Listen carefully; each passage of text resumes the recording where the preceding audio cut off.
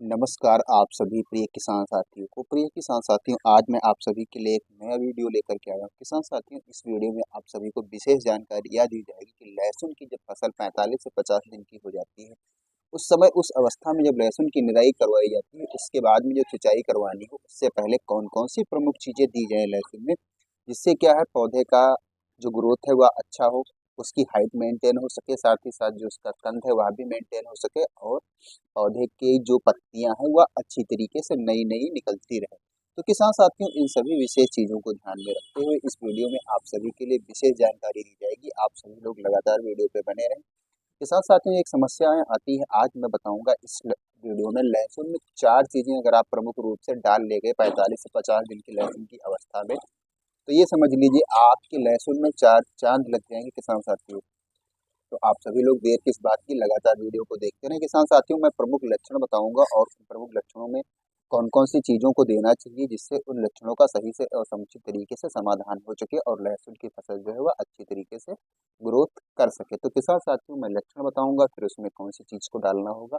तो आप सभी लोग लगातार बने रहें। किसान साथियों, चार चीजें मैं प्रमुख रूप से बता रहा हूँ, यही मुख्य लक्षण जो होते हैं लहसुन की फसल में, उसको अगर आप सही से देख रेख कर ले गए लहसुन की फसल की 50 से दिन की जो अवस्था होती है उस समय, तो ये समझ लीजिए लहसुन आपका इतना अधिक उत्पादन होगा कि आपके एरिया के लोग आपसे पूछने आएंगे कि भाई साहब बता दीजिए आपने क्या डाला है इसमें। तो किसान साथियों, मैं आप सभी को बता रहा हूँ चार प्रमुख लक्षण कौन से होते हैं और उनमें कौन कौन सी चीज़ों को डालना चाहिए जिससे उनका जो ग्रोथ है वो अच्छी तरीके से समुचित रूप से चलता रहे लास्ट तक।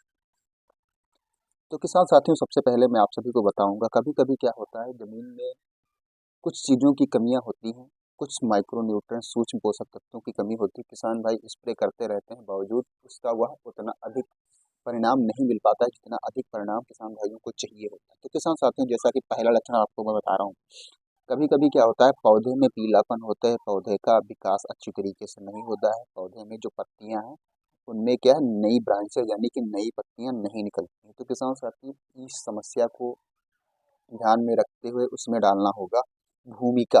किसान साथियों, भूमिका जो है यह, इसमें कई प्रकार के तत्व पाए जाते हैं, इसमें समुद्री शैवाल से कुछ चीजें मिक्स होती हैं वह भी पाई जाती है, ह्यूमिक एसिड भी पाई जाती है। तो किसान साथियों, इन दो चीजों का जो मिश्रण है यह लहसुन की फसल के लिए रामबाण साबित होगा, तो आप सभी लोग इसका प्रयोग करें। किसान साथियों, जो भूमिका मैंने बताया इसका डोज होगा 5 kg प्रति एकड़, यानी कि 5 किलो भूमिका 1 एकड़ में आप लहसुन की फसल में इसको डालिए।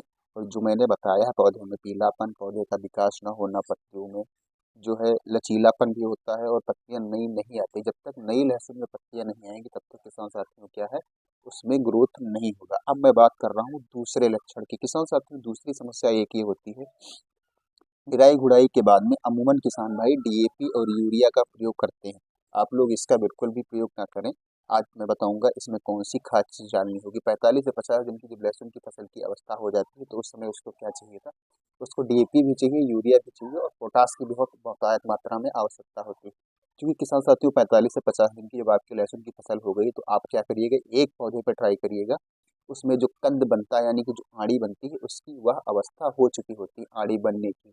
तो इस समय पोटास अगर आप दे देंगे तो किसान साथियों बहुत ही अच्छा रिस्पांस होगा लहसुन की फसल का। अब किसान साथियों, लहसुन में डीएपी डालिए, पोटाश डालिए, यूरिया डालिए तो क्या है बहुत महंगा डोज जाएगा। इसीलिए मैं आप सभी को सीक्रेट चीज बता रहा हूँ, आप सभी को ना डीएपी डालनी है, ना अलग से यूरिया डालनी है, ना पोटाश डालनी है, एक ही मिश्रण आता है। तो उसको मैं, जैसे कि आप सभी लोग किसान भाई जानते भी होंगे, एक आती है मार्केट में 10-26-26, आप डीएपी यूरिया पोटाश का अलग अलग प्रयोग ना करके 10-26-26 का प्रयोग करेंगे तो जैसा कि आप सभी लोग लहसुन की पौधे को दिखा रहा हूँ कितना अच्छा विकास हुआ है किसान साथियों इस लहसुन के पौधों का। यह खेत इतना जबरदस्त है कि आप सोच नहीं सकते। किसान साथियों, इसमें थोड़ा लचीलापन इसलिए चूंकि निराई करवाई गई। तो 10-26-26 को जब आप प्रयोग करेंगे अपनी लहसुन की फसल में तो पौधे की जो बढ़ी हुई जो ग्रोथ नहीं हो पा रही थी वह भी होगी, और इसमें 10-26-26 क्या है, नाइट्रोजन यानी कि यूरिया भी है, फास्फोरस भी है और पोटेशियम यानी कि पोटास भी है। 10-26-26 में यूरिया भी मिलेगी, डीएपी भी मिलेगी और पोटास भी मिलेगी। तो तीनों चीज़ों का जो मिक्स आता है इसको आप सभी लोग प्रयोग करिएगा। इसकी किसान साथियों डोज होगी कम से कम 45 से 50 kg प्रति एकड़ की दर से। इसको प्रयोग करिए और फसल लाजवाब होगी उत्पादन में। अब मैं बात करूंगा तीसरी चीज़ों की। तीसरी लक्षण कौन सी होती है? तो तीसरा लक्षण किसान साथियों में पौधे की जड़ों का अच्छी तरीके से विकास न होना। तो जब तक किसान साथियों लहसुन की फसल में पौधे का अच्छी तरीके से विकास नहीं होगा, तब तक ये मान के चलिए लहसुन की लगी हुई फसल बर्बाद हो जाएगी और उसमें कोई भी फायदा नहीं मिलेगा। तो किसान साथियों इसके लिए आप सभी लोगों को डालना क्या है?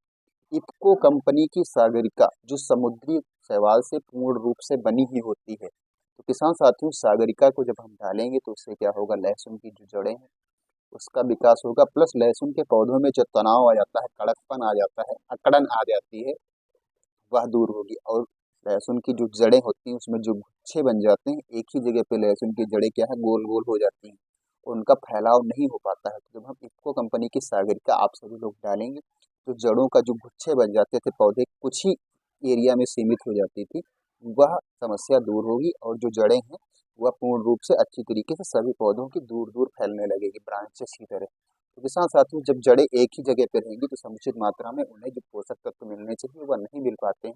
वही जड़ें जब पूरे खेत में फैली रहेंगी, कुछ एरिया में फैली रहेंगी, कुछ जगह में ही फैल जाएंगी, तो वह क्या है, गुच्छा ना होकर के चारों तरफ फैलेंगी, तो उनसे सूक्ष्म पोषक तत्वों को जो पौधों की आवश्यकता होती है प्रमुख रूप से, वह अच्छी तरीके से मिलेगी। अब मैं किसान साथियों इसी वीडियो में बात करूंगा लास्ट यानी कि चौथी समस्या एक आ जाती है 50 दिन की, जब आपकी फसल हो गई है। कंद की मैंने इसी वीडियो में पहले भी बात की है, तो अब भी बात कर रहा हूँ। लहसुन में क्या है, कंद बनने की अवस्था हो चुकी है, तो कंद कैसे बड़ा किया जाए अभी से, इसके लिए आप सभी को अभी से उसमें उपाय करना होगा। और तथा पौधे का जो तना होता है वह जितना अधिक अभी से मोटा आप सभी लोग कर ले गए, उतना ही अधिक लहसुन की फसल में उत्पादन होगा। लहसुन की जो आड़ी यानी कि कंद है वह अभी से मोटा होना स्टार्ट हो जाएगा। बहुत से किसान भाइयों की क्या होता है, फसल में कंद बड़ा होता है लेकिन उसके अंदर जो कलियां होती हैं वह बहुत पतली पतली होती है, तो उन कलियों को भी मोटा करना है, उससे भी मार्केट में अच्छा रेट मिलता है किसान साथियों। उसके लिए आप सभी को डालना क्या होगा, अभिमन्यु कंपनी की संजीवनी जी। तो किसान साथियों जो मैंने फार्मूले बताए हैं, इन चारों तत्वों को आप सभी को अच्छी तरीके से लेना है और मिक्स करके सिंचाई से एक दिन पूर्व डालना है और बहुत ही लाजवाब रिजल्ट मिलेगा इसका। आप सभी को